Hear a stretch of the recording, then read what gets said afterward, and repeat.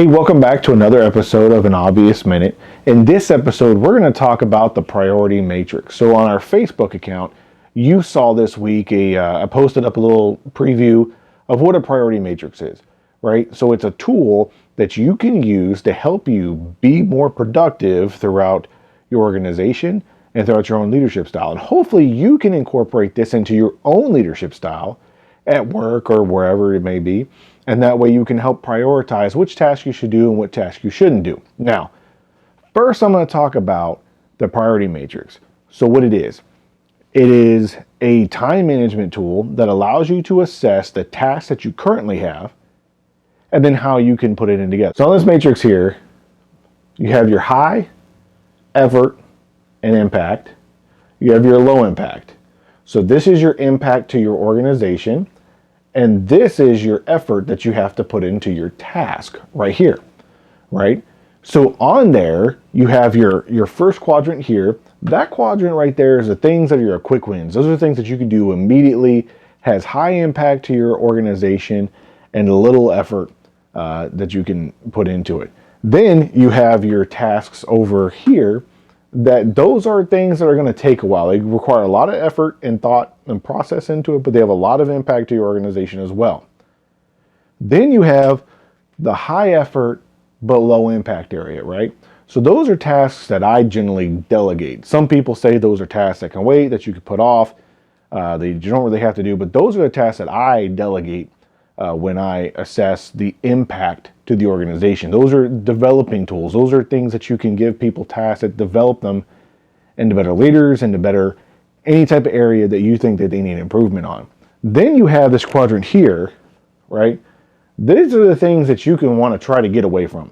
Those are the things that you want to try to get rid of because they don't have any impact to your organization. And I would also offer, these are the tasks right here that you probably should question on why you were given them and why you're doing them. So let's take a closer look on how you might implement this. So we have our high impact tasks to the organization with high priority. So a couple of ways you could do this. You can actually, you can just write the task in there right here. So you can put your task in there. Once your task is there, you're like, okay, these are the priorities I have to do. And you can number them 1, 2, 3, and so forth on down the list of less priority to high priority, but these are the things that have to get done now and quickly. Then you have the tasks that you're going to have to think about. These are your long-term or mid-range, tasks and objectives. So right here, you would put your mid-range priority stuff on there. Anything that is probably, 90 days out to about 120 days out. I'm not left-handed, as you can see. So anything that falls within that range, that would probably go in that box. Now, here's your delegation tasks, right? So these are like 120 to 180 day tasks. And these are the ones that you delegate out to your team. So that way they can think about it. They can put a lot of mental capital into. These are not fire and forget tasks. These are tasks that you need to be intimately involved in, because if you're not involved in these, then when they move up from this quadrant to that quadrant, now you need to pay more attention to it.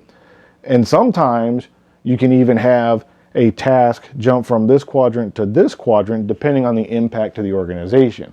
So it'll have high impact to the organization, but because you allow them to apply a lot of mental capital into it, and they've been able to think about it a lot longer, now it can jump into a quick win if you effectively have developed. So that was one way that I managed my tasks. So I had about 10 to 15 people on my team that we worked with, and that we didn't have an exorbitant amount of tasks. We probably had about 20 to 30 major tasks every quarter, and then from there it dialed down.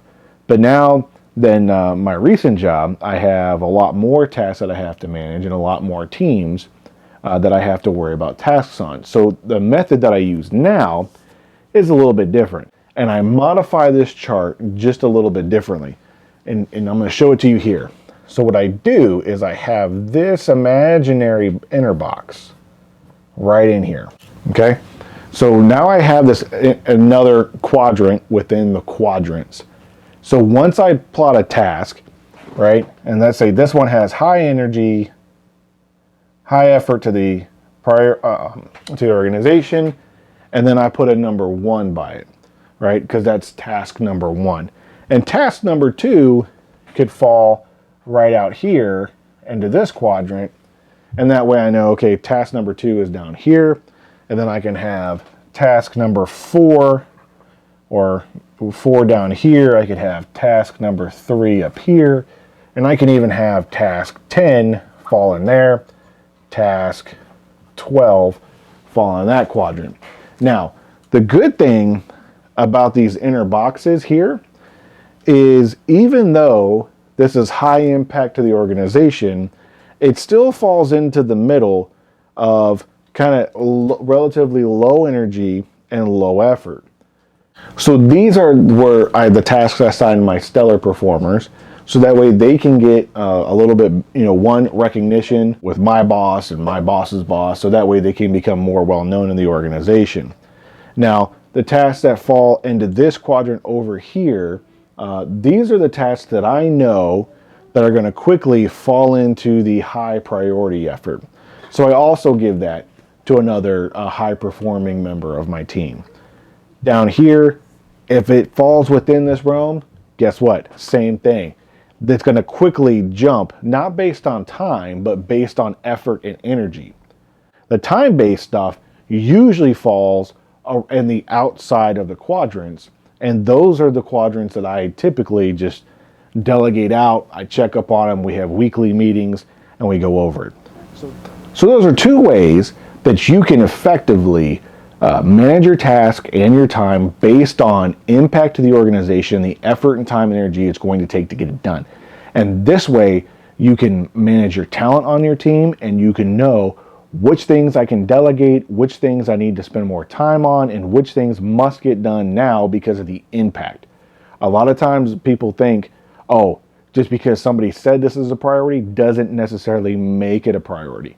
So if everything's a priority, then nothing's a priority. I hope this video helped you with 2 things. 1, hopefully you learned something new. And 2, hopefully I showed you a different way to use a priority matrix. And that way you can use it in a whiteboard form, or you can use it in a digital form.